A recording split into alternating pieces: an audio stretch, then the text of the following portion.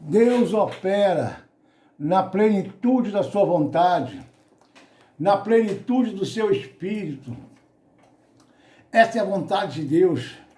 E tudo aquilo que estava acontecendo em Judá era porque o povo andou fora dos caminhos de Deus. O povo desobedeceu a Deus.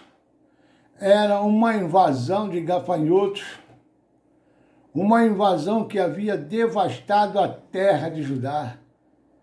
Quando Joel, filho de Petuel, meditava sobre esta calamidade, misericórdia, Senhor, a palavra do Senhor veio a ele. Joel se transformou em um grande profeta do Senhor. Veio a ele, a Joel, e a revelação foi passada para o povo. E o povo ouviu, não do profeta, da boca do profeta, porque Deus estava usando a boca daquele profeta. Deus sempre usa aqueles a quem ele vai falar. Ele usa a boca daquele que ele vai falar. O profeta descreve a praga em termos de um exército humano. Diga, misericórdia, Senhor. Que, vendo aquela desgraça, aquela calamidade de consumir tudo, de devorar tudo, veio um, gafanhoto, comeu, veio outro, comeu, veio outro, comeu, e outro acabou com a lavoura. Então foram quatro, cortador, migrador, devorador e destruidor. 4 tipos de gafanhotos. Você sabe por que acontece isso? Falta de fidelidade com a palavra de Deus. O Senhor quer fazer grandes obras, maravilhosas obras. E assim que está no livro do profeta Joel, assim, capítulo 1, versículo 4, que deixou o gafanhoto cortador, comeu o gafanhoto migrador. E o que deixou o migrador, comeu o gafanhoto devorador. E o que deixou o devorador, comeu o gafanhoto destruidor. Tudo isso aconteceu no tempo do profeta Joel. Imagine o que estava acontecendo com aquele povo. Aquele povo que estava vivendo a sua própria vontade, não a vontade de Deus. Andando pelos seus próprios caminhos, não pelos caminhos de Deus, pelos caminhos da palavra de Deus, mas andando conforme a sua própria vontade. O autoconhecimento, o autoentendimento, sendo dono, sendo o seu próprio Deus. Nós temos um Deus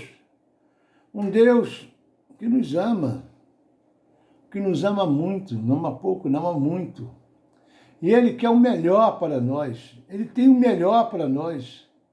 Só que às vezes nós não enxergamos o melhor, olhamos para o pior e achamos que o pior é o melhor, quando o melhor vem de Deus. Porque a vontade de Deus é boa, perfeita e agradável. A nossa, muitas das vezes, nos engana, nos ilude com algo que o inimigo coloca como ilusão, como magia, encantamento, para mudar, distorcer a nossa visão.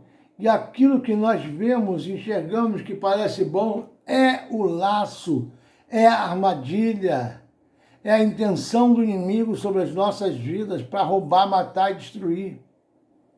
É assim que o inimigo faz. Ele é um ilusionista, ele é um mágico. Ele distorce tudo aquilo que vem de Deus para nós. Mas o profeta Joel continuou profetizando a este povo de Judá. A este povo que precisava de voltar a servir ao Senhor em espírito e em verdade, servindo em fidelidade.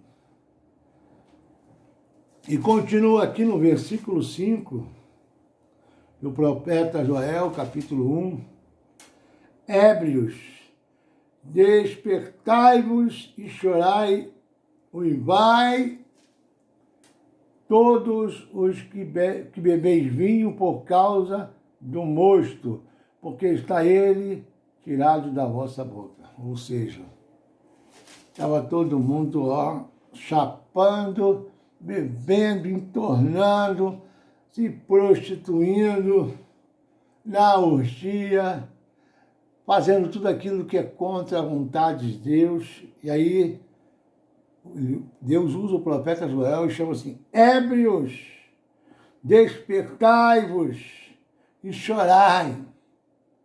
Muitas das vezes nós pensamos que a alegria está numa roda de bar, está numa carreira de cocaína, está numa roda de cerveja, numa mesa, num bar, que muita gente sentada e a mesa cheia de garrafa de cerveja. Era mais ou menos isso que estava acontecendo. O povo estava totalmente fora da vontade de Deus, fazendo o que queria e acontecia. Ele mandou o povo chorar, porque estava acontecendo tudo aquilo e o pessoal só, tá tudo ruim mesmo, agora que eu não quero saber de nada, e toma mais vinho, e toma mais cerveja, e toma mais. Não quero saber de nada mais não. Essa é a vontade do inimigo. Mas o Senhor manda, através do profeta Joel, o povo chorar. Manda despertar. Leia aqui, versículo 5. Ébrios, despertai-vos e chorai. E uivai, ai, está doendo, a fome, a seca, a sede.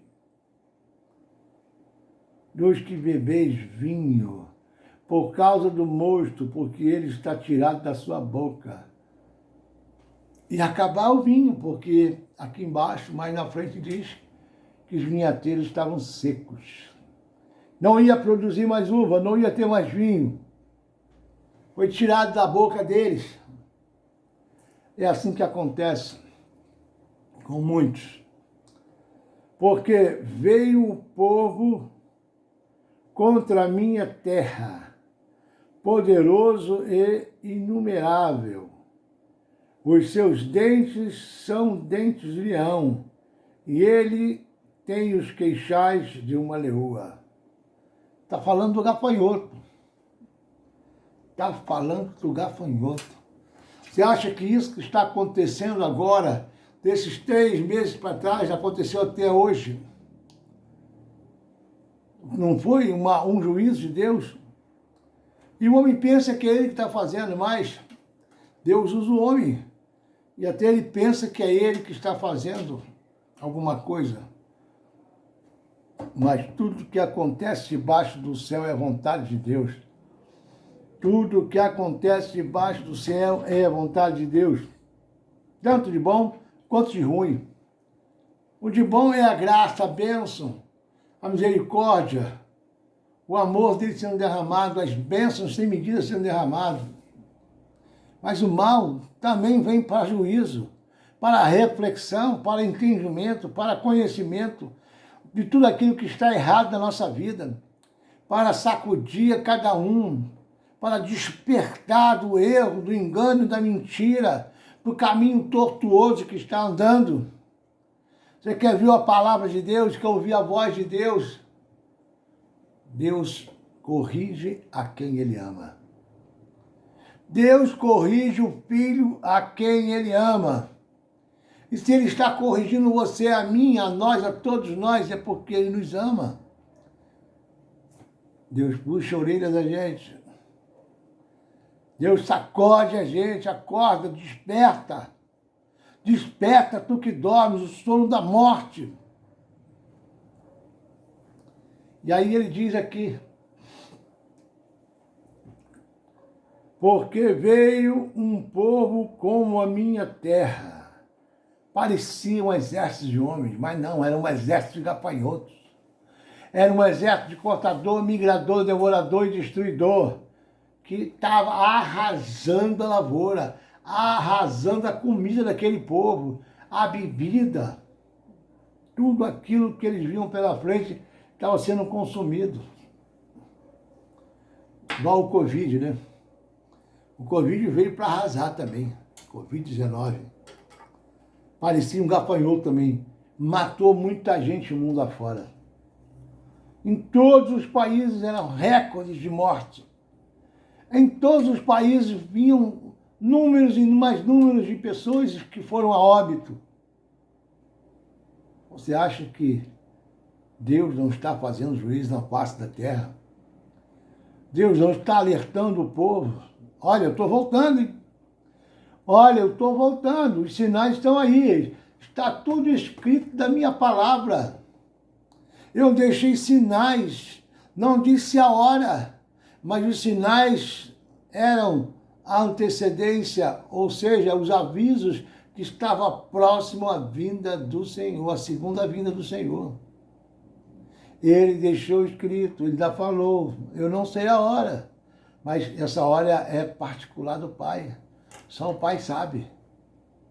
Mas acontecerá, porque tudo que está escrito na Bíblia se cumpre.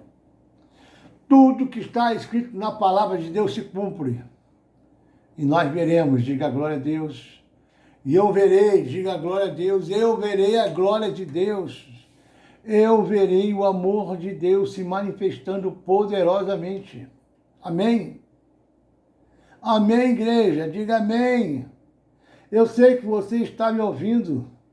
Eu sei que você está precisando de conserto. Cada um de nós, todos os dias, nós precisamos de conserto.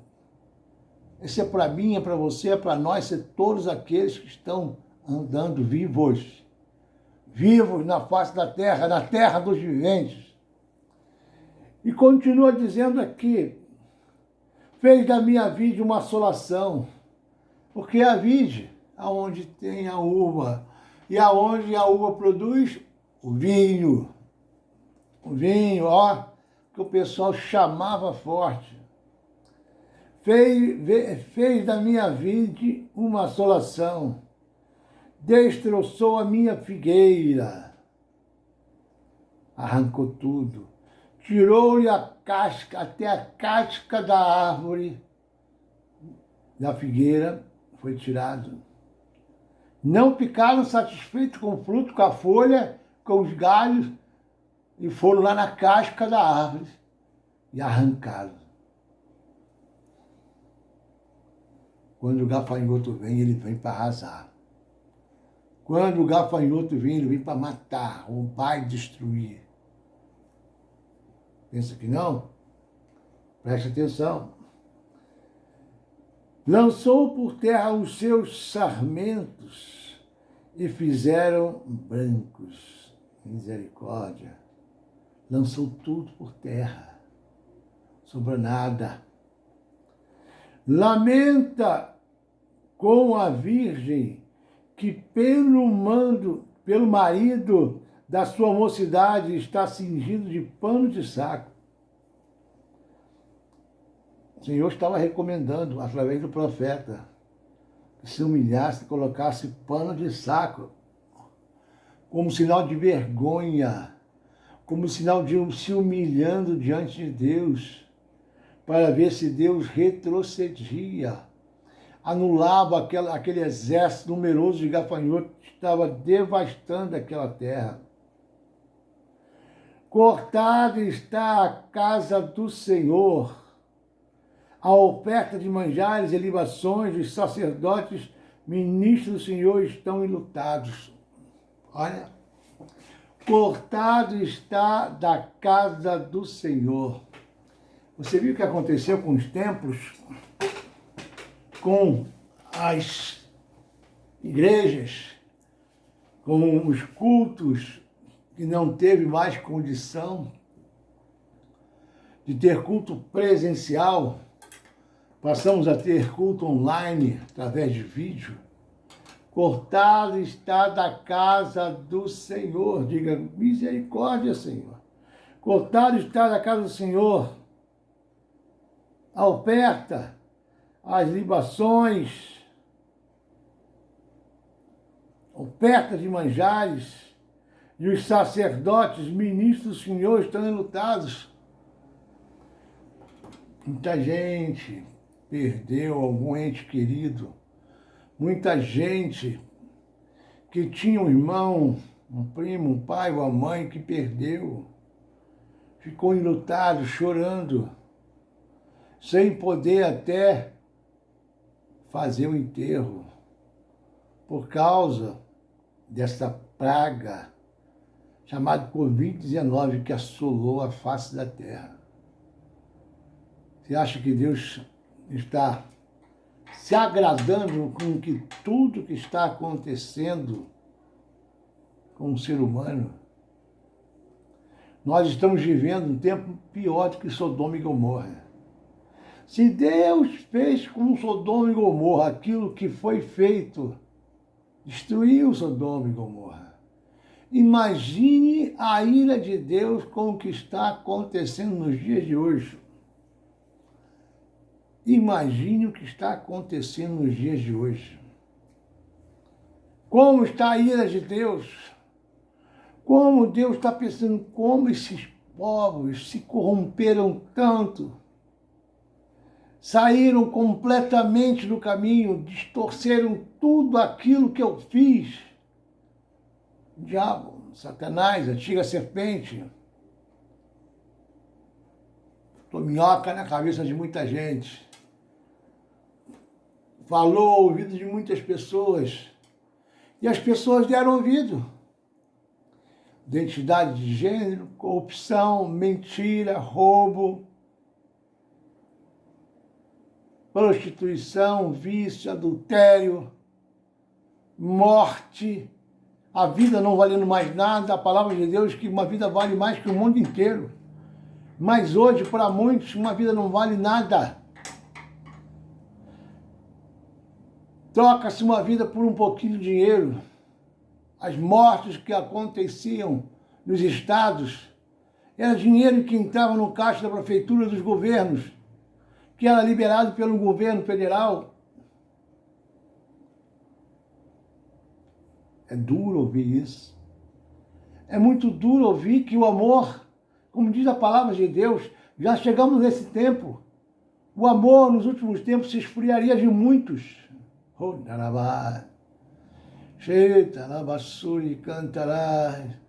O amor de muitos se esfriariam. A vida hoje não vale mais nada, quando a palavra de Deus diz que uma vida vale mais que o mundo inteiro. Pensa nisso. E os governadores dizendo que estão cuidando das vidas, cuidando para que eles morressem e entrasse dinheiro nos cofres do governo, da prefeitura, porque cada morte representava um valor. Foi dito e por várias pessoas, vários médicos, enfermeiros, denúncias 1000 por aí, pelos estados, pelas prefeituras, ditadores influenciados por esse espírito das trevas, de Satanás, aqueles que servem a Satanás, aqueles que gostam de ver o circo pegar fogo, aqueles que querem ver a destruição da vida, porque o inimigo, mais uma vez, é bom lembrar nisso, ele vem para roubar, matar e destruir. Roubar, quem está roubando hoje? Todos os políticos estão roubando. Quem está matando hoje? Os próprios políticos também. Quem está destruindo a nossa nação? Os próprios políticos também. Através de quê? Através do poder que eles têm nas mãos de manipular, enganar, mentindo descaradamente. Misericórdia, Senhor. Nós estamos vivendo em tempos difíceis. Aonde vamos parar? Não existe mais justiça. Não existe mais justiça. O próprio STF, o Supremo Tribunal, é o mais mentiroso de tudo, o mais corrupto de todos. Ninguém tem justiça, não há segurança, não há justiça. É incrível, que ponto chegamos. Isso traz o juízo de Deus. Isso traz a mão forte de Deus. E isso é em várias nações. Mas a mentira está sendo descoberta, diga glória a Deus. Tudo que estava escondido debaixo do pano, nas trevas, todos os contratos ilícitos, toda a corrupção, todo o superfaturamento está sendo descoberto. E aqueles que se exaltavam dizendo que era um bambambam e o maioral, que fazia, acontecia, fechava tudo, fechava as tuas portas, mandava prender, serão envergonhados, humilhados. Os que se exaltam, que batem no peito e dizem, eu sou, eu mando, eu desmando, eu mando prender, eu faço e aconteço, serão humilhados, envergonhados. Serão humilhados e envergonhados, porque Deus continua sendo Deus. Ele não mudou, é o mesmo ontem, hoje e sempre será. Esse mesmo Deus de justiça, de poder e autoridade para prevalecer contra tudo e contra todos que se levantam para impedir que o seu povo tenha justiça e tenha justiça, para a glória do seu nome. Quantas igrejas, quantas indústrias, quantas lojas, comércios, quantos estão desempregados, quantos estão passando fome, quantos não estão honrando os seus compromissos, quantos estão vivendo de favores, de parentes, de vizinhos, de amigos, de cesta básica, que as igrejas estão dando, que os empresários estão dando. Quantos estão desempregados e hoje procurando emprego? Quantas empresas estão lutando para não morrer, não ter um colapso? Tiveram que demitir muitos e muitos funcionários e hoje estão tentando se reerguer das cinzas que ficaram. Tudo fechado, ninguém vendia nada, ninguém comprava nada, a não ser os lugares essenciais. No mercado, se deu bem, mas Deus é um Deus de justiça. E aí continua Joel, profetizando aqui pelo Senhor, para o Senhor. E o versículo 10 diz, o campo está assolado e a terra de luto, porque o cereal está destruído, a vide se secou e as olivas se murcharam. Até as oliveiras, aonde se extraiu o óleo, até as oliveiras, onde o óleo era essencial. O óleo valia dinheiro, o óleo é importante. Naquela época era uma moeda, um comércio, uma moeda de troca, o óleo. Tudo secou, tudo murchou. E agora? E agora o que vamos fazer? Foi essa situação que todos estavam vivendo, a não ser aqueles que tinham seu salário fixo, aqueles que tinham um salário garantido, mas aquele que dependia do comércio, os camelôs, os ambulantes, aqueles que viviam do dia a dia, vendia de noite, ganhava um dinheirinho de dia para comer à noite, e no dia seguinte estava lá lutando de novo para a sobrevivência, o pão nosso de cada dia. Estavam lutando lá para sobreviver. Misericórdia, Senhor. Misericórdia.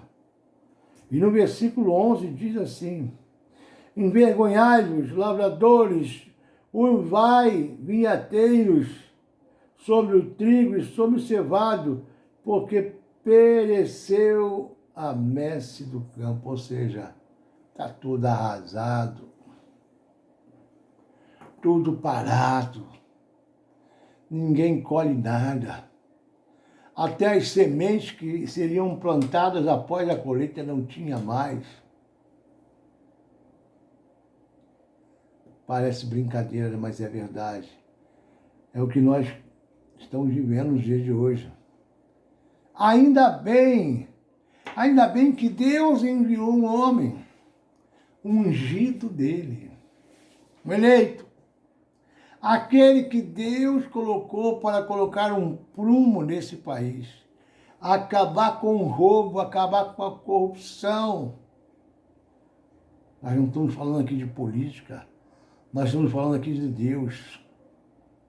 Nós não estamos falando de política, estamos falando de Deus, do juízo de Deus, do poder de Deus, da graça e misericórdia de Deus, para consertar a nossa nação. Um homem que começa o governo dele, falando, e conhecereis a verdade vos libertará. Qual era a verdade da nossa nação? Que todos nós conhecíamos e ninguém conseguia fazer nada. Porque não tinha alguém que nos representasse. Não tinha alguém que começasse a endireitar com um pulso forte. Com alguém que está sendo usado por Deus. Assim como esse profeta aqui que veio falar a verdade daquele povo. O que estava acontecendo em Judá por causa da desobediência, dos caminhos tortuosos que aquele povo está andando, igualzinho nos dias de hoje. Igualzinho nos dias de hoje. Mas Deus sempre levanta um. Deus sempre levanta um para fazer com que o juízo dele, a justiça dele, prevaleça, opere. E muitos ainda criticam, ainda zombam, ainda acham que não tem jeito, não vai dar certo, torcem contra, o time contra. O time contra sempre vai existir. Misericórdia, Senhor. O time contra sempre vai existir. Aqueles que queriam continuar mamando, se dando bem, ganhando rios de dinheiro, através da corrupção, através da mentira, através do roubo, através da falcatrua, dos contratos ilícitos, da mamata que tinham. Só a misericórdia de Deus. Só a misericórdia de Deus. Só a misericórdia de Deus.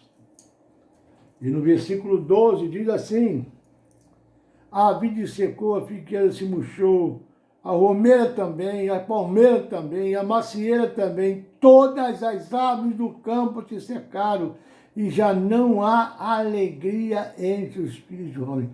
A alegria tinha acabado. Esse povo que ficou na quarentena, trancado dentro de casa, e se contaminando mais ainda.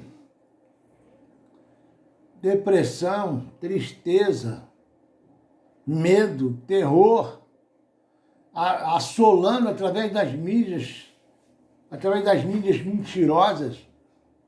O terror acontecendo, o medo, o espanto de pegar um vírus desse e de repente morrer, como morreram muitos. Ninguém queria sair de casa, estava todo mundo trancado. Quando o remédio estava aí à disposição de todo mundo, mas ninguém acreditava. Ninguém acreditava. Ainda queriam fazer com que esse remédio, que já tinha sido usado há mais de 60 anos, pelo povo lá da Amazônia, com malária, do Pará. Há mais de 50 anos, 60 anos que esse remédio estava sendo usado lá, com efeito 100% de cura. E por causa de muitos contra, daqueles que queriam ver o país mais arrasado ainda, queriam que viesse outro gafanhoto para derrubar mais ainda. Não! Tem que fazer pesquisa. Tem que fazer pesquisa para saber se esse remédio é eficiente mesmo. Há mais de 60 anos esse remédio era usado e não fazia mal nenhum, curava de malária, e malária matava naquela época. E mata ainda nos dias de hoje, se não for tratado. Só a misericórdia de Deus. A terra estava seca. A terra estava seca. A figueira murchou, a romeira também, a palmeira e a macieira, todas as aves do campo secaram. E já não havia mais alegria entre os filhos dos homens. Ou seja, não tinha nada para comer, nem para beber. O que estava acontecendo? Só faltava aqui, vinha um outro gafanhoto, só faltava os mercados fecharem também. Imagine se os mercados fecham também, o que ia acontecer? Meu Deus. Meu Deus. Só misericórdia. Então, continuando aqui, irmãos, no versículo 13. Cingivos do pano de saco e lamentai, sacerdotes. Quem sacerdotes? Diga eu. Eu sou um sacerdote de Deus. Cingivos de pano de saco, lamentai-vos, sacerdote, uivai, ministro do altar, vinde, ministros de Deus, passai a noite vestidos de pano de saco, porque da casa do vosso Deus foi cortada a oferta de manjares e a libação. Muitas igrejas pequenas, onde o povo teve medo, não saiu de casa, não tinha condições de ter a entrada de recursos, fecharam as portas, pararam de ter culto. Há pouco tempo tinha uma igreja, um amigo que estava aprendendo ainda a fazer culto online, depois de quase 3 meses, a fazer culto online, para poder falar ao povo, anunciar que o culto estava sendo transmitido online. Mas quando tiveram essa iniciativa rápida, quando tiveram a condição de ter equipamentos para poder divulgar a palavra, anunciar a palavra, e ainda receber recursos através das ofertas para manter a igreja, porque as contas não param. A igreja também tem compromissos. A igreja também precisa pagar as contas para honrar o nome do Senhor. Você acha que pastor não come? Você acha que pastor não paga a conta? Não tem compromisso financeiro? Não tem que honrar os seus compromissos? A igreja também não precisa honrar seus compromissos de aluguel, de conta de luz, funcionários, uma série de coisas. E não estava entrando, não estava tendo culto, não estava tendo dízimo nem ofertas. Misericórdia, Senhor! Tem misericórdia, Senhor! Você que é povo de Deus, você que esqueceu de dar o seu dízimo, segurou o seu dízimo, porque você não foi no culto. Entregue o seu dízimo ao Senhor, na casa do Senhor, aquilo que não lhe pertence. E as ofertas também. As ofertas que não foram entregues também, porque quando entra a oferta, o pastor começa a se manter a igreja. Porque o homem que trabalha na igreja, vive da igreja, a Bíblia diz que o sacerdote vive da igreja, daquilo que ele trabalha.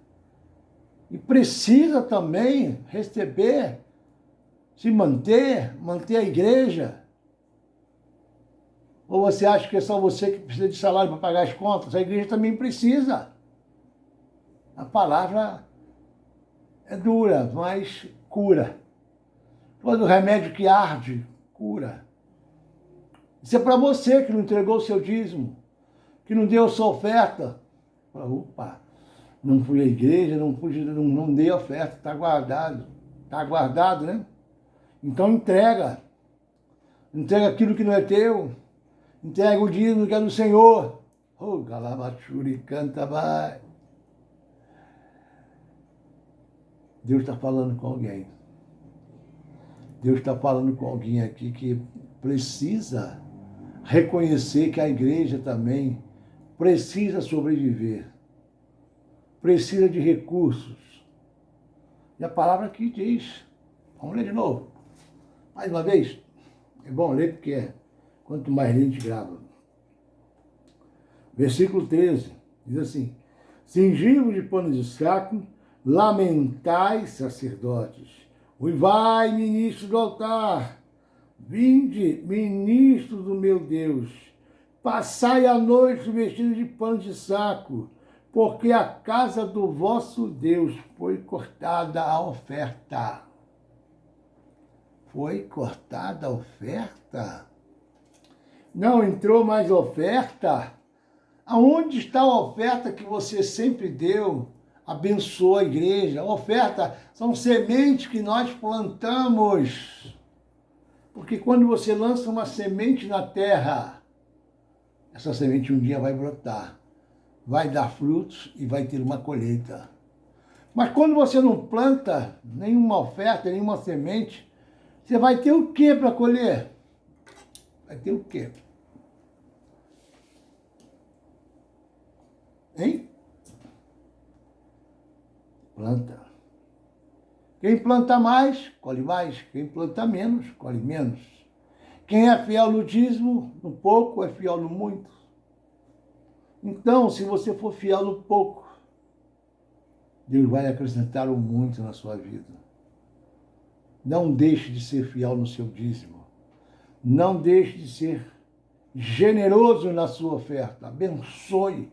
Quanto mais você abençoa a casa de Deus, você está abençoando a sua vida. Quanto mais você abençoa a casa de Deus, mais você abençoa a sua vida.